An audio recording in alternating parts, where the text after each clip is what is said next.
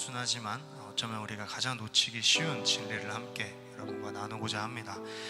그 진리는 바로 이겁니다. 하나님은 교회인 우리를 사랑하신다는 것입니다. 우리는 신앙생활을 하면서 자꾸 무엇을 해야 하나님께 사랑을 받을 수 있다라고 생각을 해요. 기도를 더 많이 해야 될 것 같고, 말씀을 더 알아야 될 것 같고, 뭔가를 더 해야 할 것 같은 그런 생각이 들죠. 물론 이런 것들이 당연히 해야 되는 것들이고, 또 물론 너무나도 중요하지만 하나님께서 우리를 사랑하시는 이유는 우리가 무엇을 했기 때문이 아닙니다. 우리가 잘해서 사랑하신 것이 아니라는 거예요. 하나님은 원래 사랑이시기 때문에 우리를 사랑하신 것입니다. 그 사랑을 가장 분명하게 보여주신 사건이 바로 십자가죠. 히브리서 10장 20절 말씀입니다. 그 길은 우리를 위하여 휘장 가운데로 열어놓으신 새로운 살 길이요, 휘장은 곧 그의 육체니라. 아멘. 예수님은 자기 육체를 찢으셨습니다. 자기 몸을 내어주셨어요. 휘장을 열어놓으셨습니다. 왜죠? 하나님께 나아가는 그 길을 열어주시기 위함입니다. 그래서 십자가는 단순한 고난의 사건이 아니라 하나님께서 우리를 얼마나 사랑하는지 보여주는 사건이었습니다. 그런데 이 사랑은 멀리서 바라만 본다고 깨달아지는 것이 아니에요. 십자가의 길에 들어서야 됩니다. 예수님의 은혜를 받아들여야 돼요. 그렇게 그 길에 들어선 사람만 예수님의 십자가 사랑을 깨닫기 시작합니다. 처음에는 머리로만 알지만 점점 삶에서 알게 되죠. 하나님이 정말 나를 사랑하시는구나. 내가 하나님께 버려진 존재가 아니구나. 내가 하나님께 귀한 존재구나. 이 사실이 마음 깊은 곳에 새겨지기 시작합니다. 그런데 신앙생활에서 반드시 필요한 것이 있어요. 그것이 뭐냐면 바로 분별입니다. 거짓은 늘 진리처럼 다가오죠. 그래서 성도는 반드시 영적으로 깨어 있어야 됩니다. 말씀을 분별해야 되고 성령의 인도하심을 구해야 돼요. 왜냐하면 진리는 언제나 우리를 예수 그리스도께로 인도하지만 거짓은 결국 사람을 자기 자신이나 세상으로 끌고 가기 때문입니다. 그래서 우리는 늘 기도해야 됩니다. 진리를 분별하게 해달라고, 또 내 생각이 아니라 성령의 인도하심을 따라가게 해달라고 우리는 기도해야 됩니다. 영 분별은 특별한 사람만의 은사가 아니죠. 주님을 사랑하는 모든 성도가 구해야 될 은혜입니다. 다시 강조하는데 하나님은 여러분을 겁나게 사랑하십니다. 이 말을 너무 많이 들어서 익숙할 수 있어요. 그러나 정말 믿고 있는가? 하나님은 잘하는 여러분만 사랑하시는 것이 아니라 실패한 여러분도, 연약한 여러분도, 넘어진 여러분도, 아무것도 하지 못하는 여러분도 사랑하십니다. 세상은 늘 더 성공해야 된다, 더 인정받아야 된다, 더 나아져야 된다, 그렇게 말을 하지만 하나님은 나는 너를 사랑한다, 여기서 끝이에요. 성령의 열매를 한번 생각해 보세요. 하나님께서 우리 안에 역사하실 때 변화되는 삶, 변화되는 존재, 그것이 바로 교회인 우리의 모습입니다. 성령께서 우리 안에 거하실 때 우리는 점점 하나님의 마음을 닮아가게 되죠. 그래서 우리는 우리의 가치는 우리가 무엇을 이루었느냐에 있는 것이 아니라 하나님께서 우리 안에 계신다는 그 사실입니다. 그 사실에 있는 거예요. 그래서 우리는 자신을 함부로 미워해서는 안 돼요. 우울함 속에 갇혀서도 안 되고요. 열등감 속에 자신을 정죄하면 안 되고요.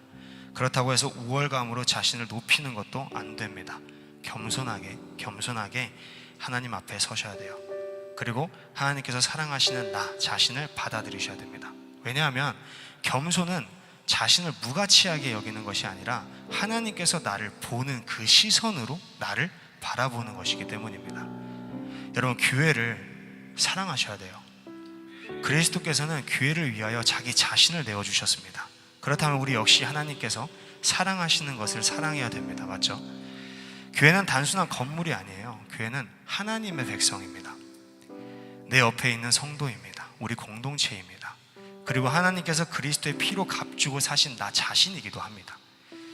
하나님이 사랑하시는 것을 나도 사랑하는 것, 그것이 신앙이에요. 그래서 교회를 사랑한다는 것은 단순히 조직을 사랑하는 것이 아닙니다. 하나님께서 귀하게 여기시는 영혼을 귀하게 여기시는 거예요. 서로를 세워주고 서로를 품어주고 서로를 위해 기도해 주는 것입니다. 그리고 하나님께서 사랑하시는 나 자신 또한 귀하게 여기는 거죠. 하나님을 사랑하시는 존재를 내가 미워하며 살아갈 수 있는 이유는 없습니다. 우리는 무엇을 위해 살아갑니까?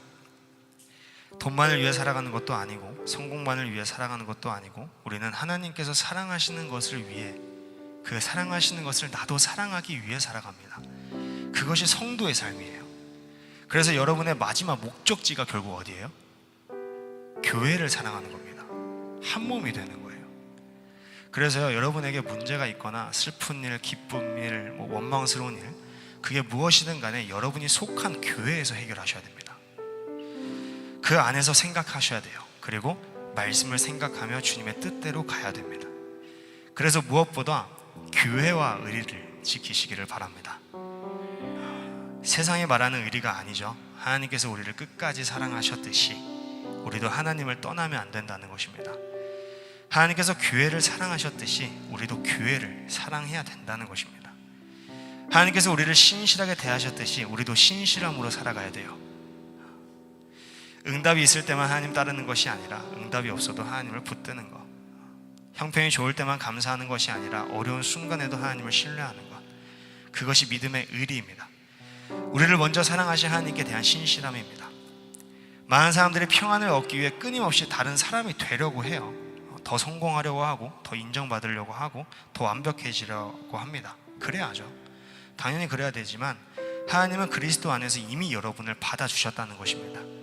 그래서 평안은 더 나은 사람이 되었을 때 오는 것이 아니라 하나님께 사랑받는 그 존재라는 사실을 받아들일 때 찾아오는 거예요. 교회가 자기 자신이 될 때, 자기 자신이 교회가 될 때라는 말은요, 하나님 안에서 내가 누구인지를 발견하는 것입니다.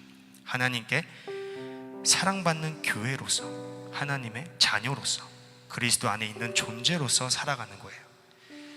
사람은 자기 자리를 찾을 때 평안해진다고 하죠. 하나님 안에서 자신의 정체성을 발견할 때 만족이 찾아오죠. 비교하지 않고, 정죄하지 않고, 억지로 자신을 증명하려고 하지 않을 때 마음 비로소 우리는 쉼을 얻습니다.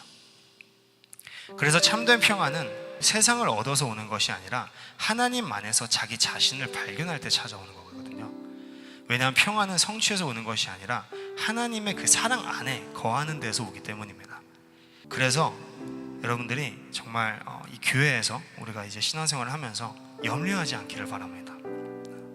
평안을 위해 기도하시길 바라고, 예수 그리스도가 우리의 평안이라는 것을 꼭 기억하고, 또 예수 그리스도가 우리의 안식이다라는 것을, 또 예수 그리스도가 우리의 만족이다라는 것을 여러분이 꼭 기억하셨으면 좋겠습니다. 여러분, 십자가의 사랑을 꽉 붙드십시오. 진리를 분별하시고 교회를 사랑하시고 하나님께서 사랑하시는 자신을 사랑하십시오. 하나님께서 사랑하시는 자신입니다. 내가 사랑하는 자신이 아니라 하나님께서 사랑하시는 자신을 사랑하셔야 됩니다. 그리고 끝까지 하나님께 대한 의리를 지키십시오. 하나님이 사랑하시는 그 교회에 대한 의리를 지키십시오.